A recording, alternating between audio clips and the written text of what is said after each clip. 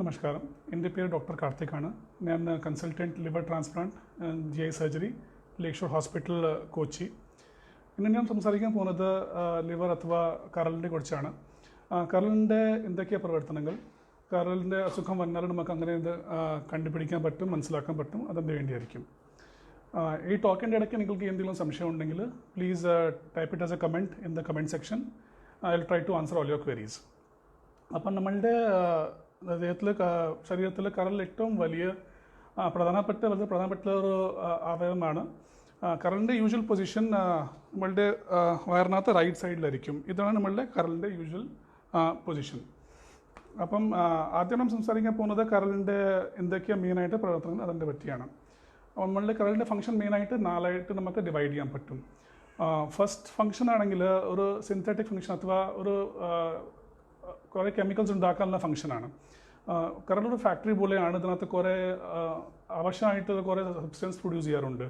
ഏറ്റവും പ്രധാനമായിട്ട് പിത്തൻ്റെ പ്രൊഡക്ഷൻ കരളിലാണ്. ഈ പിത്തം നമ്മളുടെ ബോഡിയിൽ ഫാറ്റ് ഡൈജഷൻക്ക് വളരെ യൂസ്ഫുൾ ആണ്. ഇതിൻ്റെ ജസ്റ്റ് ഞാൻ ചെറിയൊരു പടം കാണിക്കാം. ഇതാണ് നമ്മളുടെ ലിവറിനകത്ത് പിത്തം ഉണ്ടാക്കിയിട്ട് താഴെ ഈ പിത്തനാടി വഴി പിത്തസഞ്ചിയിൽ സ്റ്റോർ ചെയ്യാറുണ്ട്. പിന്നെ ആവശ്യമുള്ള സമയത്തിൽ നമ്മൾ ഇതിന് ഫാറ്റി ഫുഡ് കഴിക്കുകയാണെങ്കിൽ, ഭക്ഷണം കഴിക്കുകയാണെങ്കിൽ താഴോട്ട് ഇറങ്ങി വന്നിട്ട് ഇത് ചെറിയ കുടലിനകത്ത് ഇത് ജോയിൻ ചെയ്തിട്ട് അവിടെ റിലീസ് ചെയ്യാറുണ്ട്.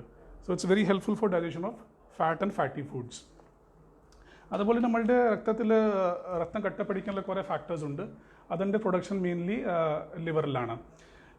പിന്നുള്ളത് ബോഡിയിൽ ഏറ്റവും പ്രധാനമായിട്ടുള്ള പ്രോട്ടീൻ ആൽബുമിൻ്റെ പ്രൊഡക്ഷൻ കരളിലുണ്ടാവും. കരളാഘാതം വന്ന സ്ഥിതിക്ക് ആൽബുമിൻ്റെ അളവ് കുറയും. പിന്നെ വയറിനകത്ത് നീർ കെട്ടുണ്ടാകാൻ സാധ്യത കൂടുതലായിരിക്കും. സെക്കൻഡ് ഫംഗ്ഷൻ ലിവറിൻ്റെ മെയിനായിട്ടുള്ള ഡീടോക്സിഫിക്കേഷൻ ഫംഗ്ഷനാണ്. അഥവാ നമ്മളുടെ ശരീരത്തിൽ ഉണ്ടാക്കുന്ന ഈ കുറേ ദോഷങ്ങളായാലും കുറച്ച് കെമിക്കൽസ് ഉണ്ടാവും, ഹാംഫുൾ കെമിക്കൽസ് ഉണ്ടാവും. അത് നീക്കം ചെയ്യാനുള്ള പരിപാടി ലിവറിൻ്റെ ആണ്. പിന്നെ നമ്മളുടെ ദേഹത്തിൽ എല്ലാം ഈ ഇംപ്യൂർ ആയിട്ടുള്ള ബ്ലഡ്, അശുദ്ധമായിട്ടുള്ള ബ്ലഡ് കരൾ വഴി പ്യൂരിഫൈ ചെയ്തിട്ടാണ് ഹാർട്ടിലേക്ക് പോകുന്നത്.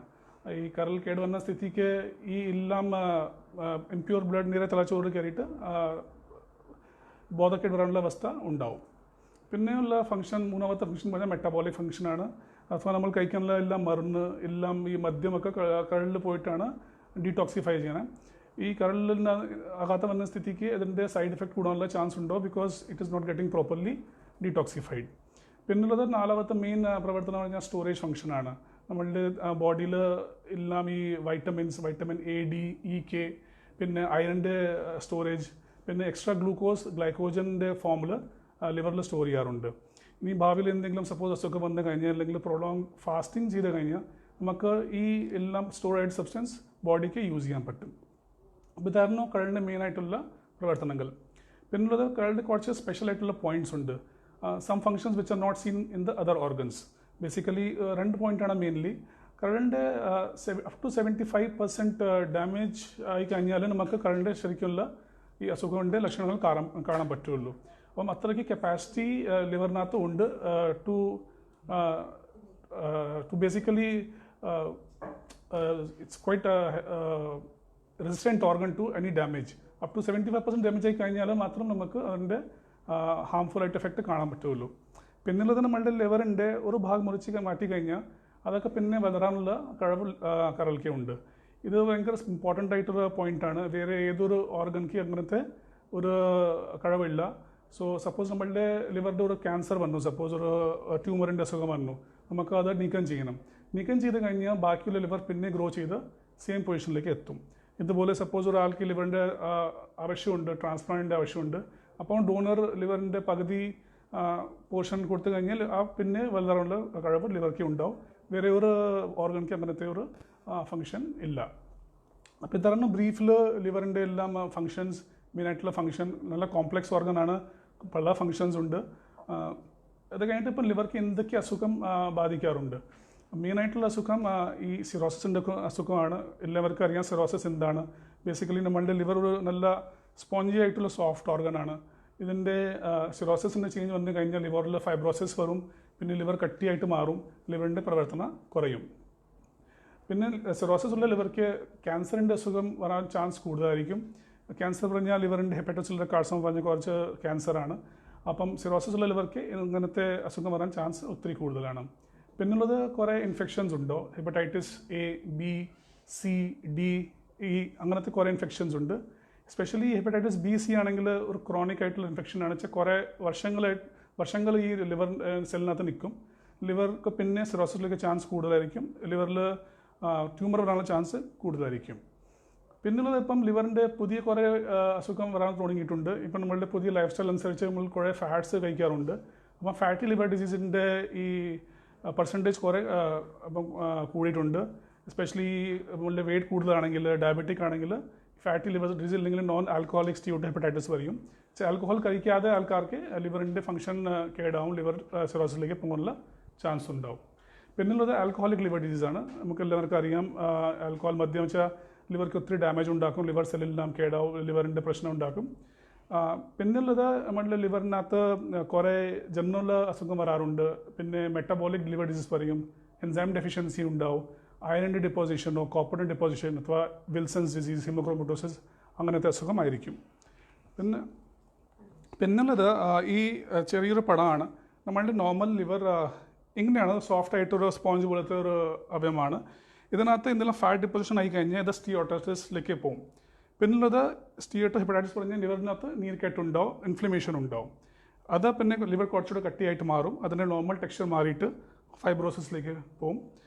ആ ഫൈബ്രോസിസ് പിന്നെ ഉള്ളത് സിറോസിസിലേക്ക് മാറും. അതിനകത്ത് നിങ്ങൾക്ക് കാണാൻ പറ്റും കുറേ നോഡ്യൂൾസ് ഉണ്ട്, റൗണ്ട് കുറേ നോഡ്യൂൾസ്. ലിവറിൻ്റെ മൊത്തം ടെക്സ്ചർ മാറി ഒരു വേറെ ടൈപ്പ് ആയിട്ടുണ്ട്. ഈ സിറോട്ടിക് ലിവറിനകത്ത് ക്യാൻസറിൻ്റെ അസുഖം വരാനുള്ള ചാൻസ് ഒത്തിരി കൂടുതലായിരിക്കും. അപ് ടു 80% ചാൻസ് ഉണ്ടോ ലിവറിനകത്ത് ക്യാൻസർ വരാനുള്ള അസുഖമുണ്ട്. പോളിസിസ്റ്റിക് കിഡ്നി പേഷ്യൻ്റ് ആണ്. ലാസ്റ്റ് ടൈം MRI സ്കാൻ ചെയ്തപ്പോൾ ലിവറിൽ ഒരു ടൈനി സിസ്റ്റ് ഉണ്ടെന്ന് കണ്ടു. അത് ലിവറിനെ ബാധിക്കുമോ? Polycystic liver disease, kidney disease ആൾക്ക് ലിവർ ബാധിക്കാനുള്ള സാധ്യത ഉണ്ടാവും. അപ്പം അതിൻ്റെ നന്നായിട്ട് ഫോളോ അപ്പ് ചെയ്യേണ്ടി വരും. ഏത് സൈസാണ് ഈ സിസ്റ്റിൻ്റെ, ലിവറിൻ്റെ ഫംഗ്ഷൻ എങ്ങനെയാണ് നമുക്ക് നോക്കേണ്ടി വരും. സോ ഇതിൻ്റെ പ്രോപ്പർ വാല്യൂഷൻ ആയിട്ട് നിങ്ങൾക്ക് ഹോസ്പിറ്റലിലേക്ക് വരേണ്ടി വരും. Thank you, sir. One more question is there. What are the main causes of fatty liver? Fatty liver എന്ന് വെച്ചാൽ മെയിൻലി നമ്മളുടെ ആക്ച്വലി റിക്വയർമെൻറ്റ് അനുസരിച്ച്, ഫാറ്റിൻ്റെ റിക്വയർമെൻറ്റ് അനുസരിച്ച് we are taking more of fats. അപ്പം ഈ extra fats is going and depositing in the liver. അപ്പം നമ്മളുടെ especially eat food from outside, fast food അങ്ങനത്തെ ഫുഡ് കഴിക്കുകയാണെങ്കിൽ അതിൻ്റെ നമ്മളുടെ റിക്വയർമെൻറ്റ് അനുസരിച്ച് ഫാറ്റ് ഒത്തിരി കൂടുതലായിരിക്കും. അതിൻ്റെ മെറ്റബോളിസം ബേസിക്കലി ലിവറിൻ്റെ ജോലിയാണ്. പക്ഷേ because it is not metabolise in the liver properly, അതിൻ്റെ എക്സ്ട്രാ ഫാറ്റ് ആയതുകൊണ്ട് ലിവർ പോയി ഡെപ്പോസിറ്റ് ചെയ്യും, ലിവർ സെല്ലിനെ ഹാം ചെയ്യും, ലിവറിനകത്ത് നീരുണ്ടാക്കും. ഞാൻ പടം കാണിച്ച സ്റ്റിയോട്ടോ ഹെപ്പറ്റൈറ്റിസ് അത് ബേസിക്കലി ഫാറ്റി ലിവർ ഡിസീസാണ്. So basically it's a lifestyle disease. നമ്മളുടെ ഇപ്പം പുതിയ ലൈഫ് സ്റ്റൈൽ അനുസരിച്ച് നമ്മളുടെ ഒബേസിറ്റി കൂടുന്നുണ്ട്, BMI is increasing. So all these things are the positive factors four fatty liver disease. ഇപ്പം ഇതായിരുന്നു ലിവറിൻ്റെ കുറച്ച് അസുഖങ്ങൾ എന്തൊക്കെ ബാധിക്കാൻ പറ്റും. പിന്നുള്ളത് സപ്പോസ് ഒരാൾക്ക് ലിവറിൻ്റെ അസുഖം വന്നു കഴിഞ്ഞാൽ എങ്ങനെ നമുക്ക് മനസ്സിലാവും നമുക്ക് ലിവർ ഡിസീസ് ഉണ്ട്? അങ്ങനെ ചില ലക്ഷണങ്ങളൊക്കെ ഉണ്ട്.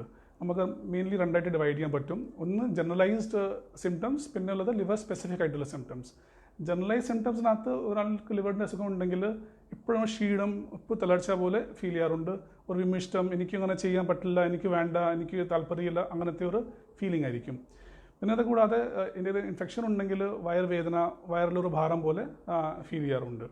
പിന്നെ വിശപ്പ് കുറയും, വെയിറ്റ് കുറയാനുള്ള സാധ്യത ഉണ്ടാവും, ഇപ്പോഴും ഒരു ഛർദ്ദിക്കാനുള്ള ഫീലിംഗ് ഉണ്ടാവും. അങ്ങനത്തെ നോൺ സ്പെസിഫിക് സിംറ്റംസ് ഉണ്ടാവും. ഏറ്റവും കോമൺ ആയിട്ടുള്ള തളർച്ച ഒരു ക്ഷീണം പോലെ ആയിരിക്കും. പിന്നുള്ളത് ലിവറിൻ്റെ സ്പെസിഫിക് ആയിട്ടുള്ള സിംറ്റംസ്.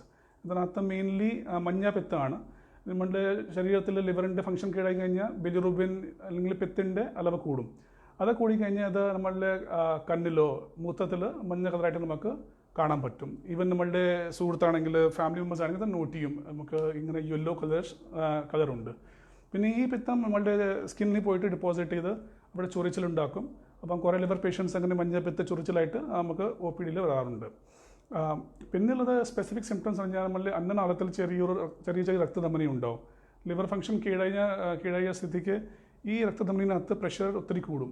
പിന്നെ കൂടിയിട്ട് പൊട്ടാനുള്ള സാധ്യത ഉണ്ടാവും. പൊട്ടിക്കഴിഞ്ഞാൽ ഒത്തിരി ബ്ലീഡിങ് ആയിട്ട് പേഷ്യൻസ് ബ്ലഡ് വോമിറ്റിംഗ് ആയിട്ട് ബ്ലഡ് ഛർദ്ദിക്കും, അങ്ങനെ കാഷ്വാലിറ്റിയിലേക്ക് വരാറുണ്ട്. അതൊരു സീരിയസ് കണ്ടീഷനാണ്. അങ്ങനെ സ്ഥിതിക്ക് രോഗിനോട് എൻഡോസ്കോപ്പി ചെയ്ത് അത് കൺട്രോൾ ചെയ്യേണ്ടി വരും. ചെറിയ രീതിക്ക് ബ്ലീഡിങ് ആണെങ്കിൽ, ഒത്തിരി വലിയ ബ്ലീഡിങ് ഇല്ലെങ്കിൽ അത് വൻകുടലിനകത്ത് താഴെ പോയിട്ട് മലത്തിൻ്റെ കൂടെ മിക്സ് ചെയ്ത് കടപ്പായിട്ട് മോഷൻ പോകാനുള്ള അങ്ങനത്തെ ഒരു അസുഖം കാണാറുണ്ട്.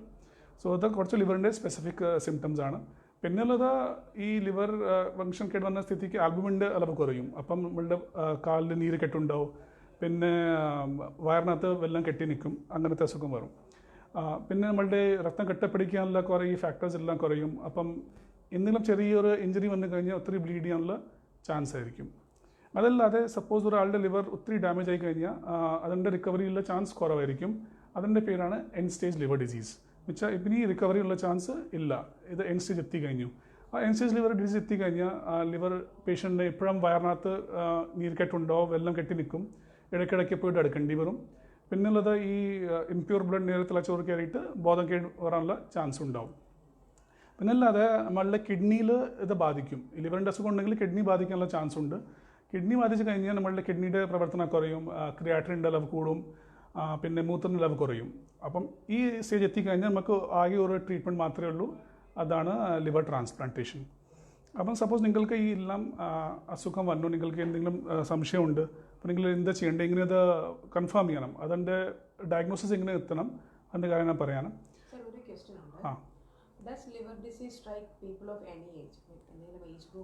ഇല്ല, അങ്ങനെ ഏജ് ഗ്രൂപ്പ് ഒന്നുമില്ല. Liver disease can happen at any age group.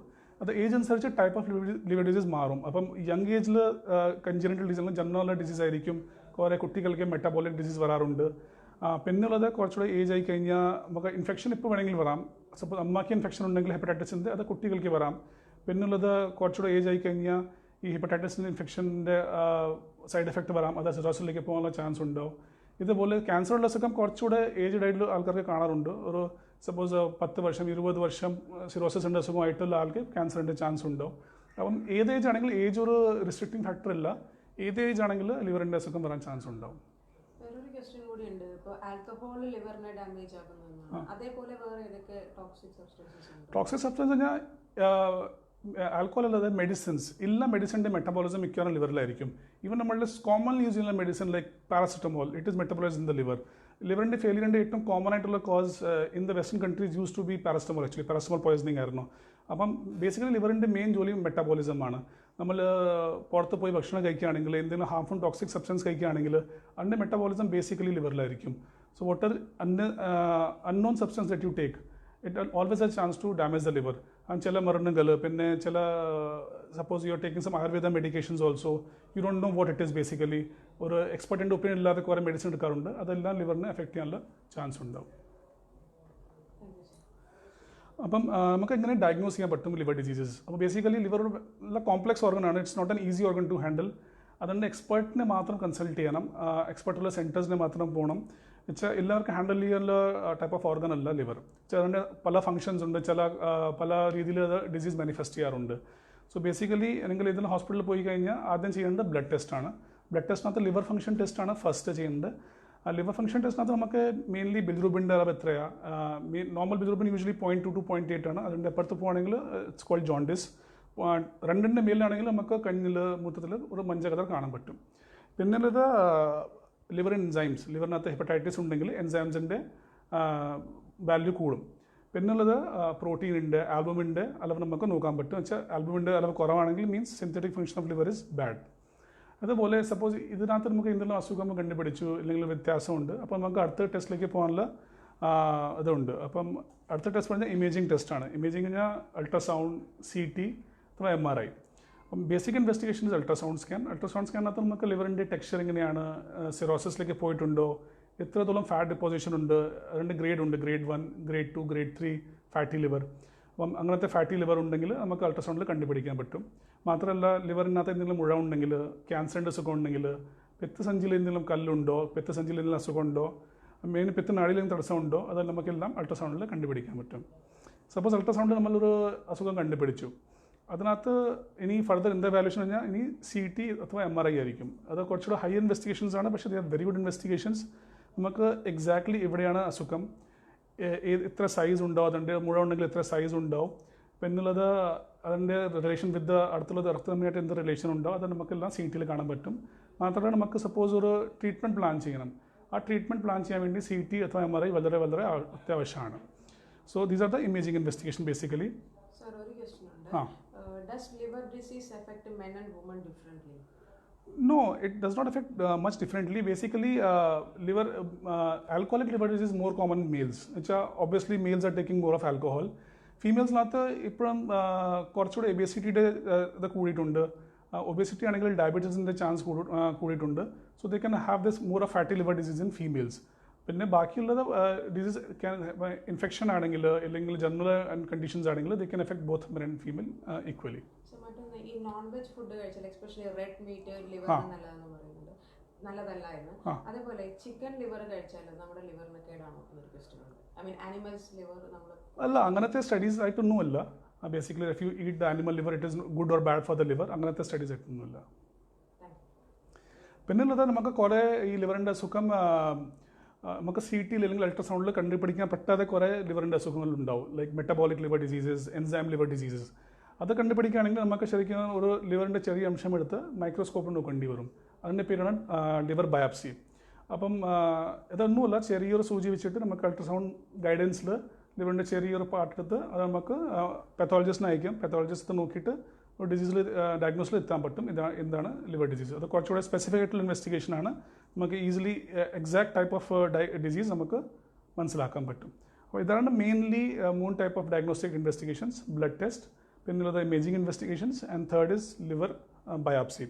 അപ്പം ഇതായിരുന്നു ബ്രീഫായിട്ടുള്ള ഇൻട്രൊഡക്ഷൻ അബൌട്ട് ലിവർ ഡിസീസസ്, ലിവറിൻ്റെ ഫങ്ഷൻസ്, സിംറ്റംസ്, പിന്നെ എങ്ങനെ നമുക്കൊരു ലിവറിൻ്റെ ഡയഗ്നോസിസ് ചെയ്യാൻ പറ്റും.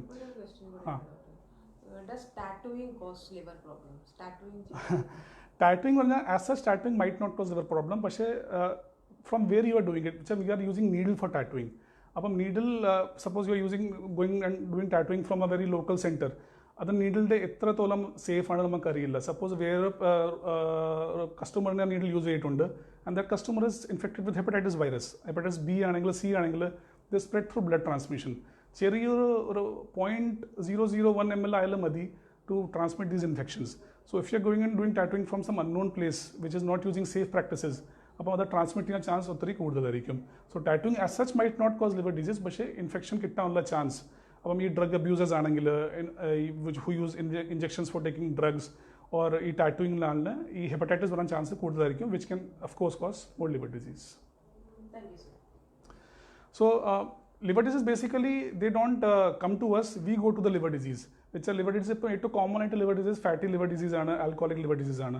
ഈ വെസ്റ്റേൺ കൺട്രീസ് ഇപ്പം ഒരു എപ്പിഡമിക് ആയിട്ടുണ്ട് ഈ fatty liver disease, because the incidents of taking fast food, പിന്നെ ഒബേസിറ്റിയുടെ ഇൻസിഡൻസ് ഒത്തിരി കൂടിയിട്ടുണ്ട്. BMI ഇപ്പോഴും 30യുടെ മുകളിലായിരിക്കും ഇവിടുത്തെ പോപ്പുലേഷൻ്റെ. So we are not, the liver disease is not coming to us, we are going towards the liver disease. അപ്പം കുറേ നമുക്ക് കാര്യങ്ങൾ ശ്രദ്ധിച്ചാൽ നമുക്ക് നമ്മുടെ ലിവറിൻ്റെ ആരോഗ്യം നിലനിർത്താൻ പറ്റും. വെച്ചാൽ നമുക്ക് ഡയറ്റിൽ ഫാറ്റിൻ്റെ അളവ് കുറയ്ക്കണം, പിന്നെ മദ്യത്തിൻ്റെ അളവ് എന്തായാലും കുറയ്ക്കണം. അത് എന്തായാലും നല്ലതല്ല, ലിവർക്ക് ഒത്തിരി ഇഞ്ചറി ഉണ്ടാക്കും. പിന്നുള്ളത് നമുക്ക് സ്വയം ചികിത്സ എന്തായാലും ഒഴിവാക്കണം. വെച്ചാൽ കുറേ ആൾക്കാർ ഒരു എക്സ്പേർട്ട് അഡ്വൈസ് ഇല്ലാതെ കുറേ മരുന്ന് ഗുളിക കഴിക്കാറുണ്ട്. അപ്പം അതെല്ലാം ലിവറിൽ പോയിട്ട് ഡാമേജ് ഉണ്ടാക്കും. നമുക്ക് ഏത് ഗുളികയാണെങ്കിലും ഇതിൻ്റെ ഡെഫിനറ്റ്ലി സൈഡ് എഫക്റ്റ് ഉണ്ടാവും, ലിവറിൽ അല്ലെങ്കിൽ കിഡ്നിയിൽ ആഘാതം ചെയ്യും. അപ്പം നിങ്ങൾ എക്സ്പേർട്ട് അഡ്വൈസ് എടുത്ത് മാത്രം അങ്ങനത്തെ ഗുളിക എടുത്താൽ മതി. പിന്നുള്ളത് ഹെപ്പറ്റൈറ്റിസിൻ്റെ ഇൻഫെക്ഷൻ്റെ ഇപ്പം നമുക്ക് വാക്സിനേഷൻ ഉണ്ട്, കുത്തിവയ്പ്പുണ്ട്. എസ്പെഷ്യലി ഹെൽത്ത് കെയർ വർക്കേഴ്സ്, ഹോസ്പിറ്റലിൽ വർക്ക് ചെയ്യുന്ന ആൾക്ക് ഹെപ്പറ്റൈറ്റിസിൻ്റെ എന്തെല്ലാം കുത്തിവയ്പ്പ് എടുക്കണം.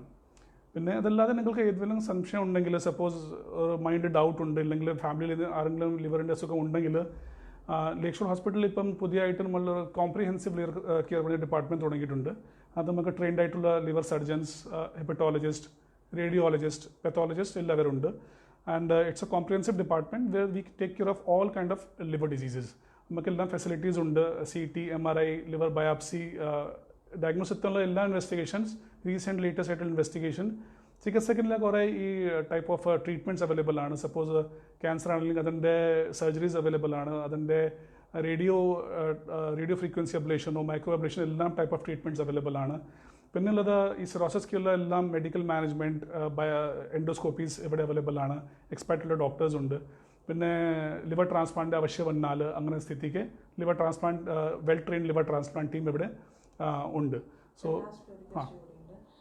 സ്കിന്നിലും ഐസിലും യെല്ലോയിഷ് കളർ വരുന്നത് എപ്പോഴും ഒരു ലിവർ ഡിസീസിന്റെ സിഗ്നൽ ആവണം എന്നുണ്ടോ? No, mostly it is liver disease.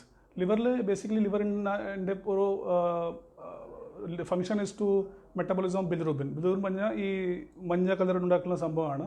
So നമ്മളുടെ ഹീമോഗ്ലോബിൻ ഡിഗ്രേഡ് ചെയ്ത് ആദ്യം ബിലിറുബിനിലേക്കാണ് കൺവേർട്ട് ചെയ്യുന്നത്. അത് ലിവർ അത് മെറ്റബോളൈസ് ചെയ്ത് എക്സ്ക്രീറ്റ് ചെയ്യാനുള്ള ലിവറിൻ്റെ ഫംഗ്ഷനാണ്. അപ്പം അതിൻ്റെ അളവ് കൂടി കഴിഞ്ഞാണ് നമ്മളുടെ ബോഡിയിൽ യെല്ലോ ഡിസ്കലറേഷൻ വരാറുണ്ട്. So mostly unless prove otherwise it is mostly due to liver disease only. ലിവറിൻ്റെ അസുഖമായിട്ട് വരാറുണ്ട്. സോ നിങ്ങൾക്ക് എന്തെങ്കിലും അസുഖം ഉണ്ടെങ്കിൽ എനിക്കൊരു ഡോക്ടറായിട്ടുള്ള സുഹൃത്തായിട്ട് കണ്ടാൽ മതി. And if you have any doubt any issues in your liver concern in your family അല്ലെങ്കിൽ നെയ്ബർഹുഡിലാണെങ്കിൽ ഡെഫിനറ്റ്ലി ലെക്ചർ ഹോസ്പിറ്റലായിട്ട് ബന്ധപ്പെടുക. So this was a brief description of liver disease. In further sessions I'll be talking more specifically about liver disease. In cirrhosis ആണെങ്കിൽ liver cancers ആണെങ്കിൽ അല്ലെങ്കിൽ pith സഞ്ചിയുടെ എന്നുള്ള അസുഖം ഉണ്ടെങ്കിൽ അതിനെപ്പറ്റി ഞാൻ അടുത്ത ടോപ്പിക്സിൽ സംസാരിക്കാൻ പോവാണ്. Thank you.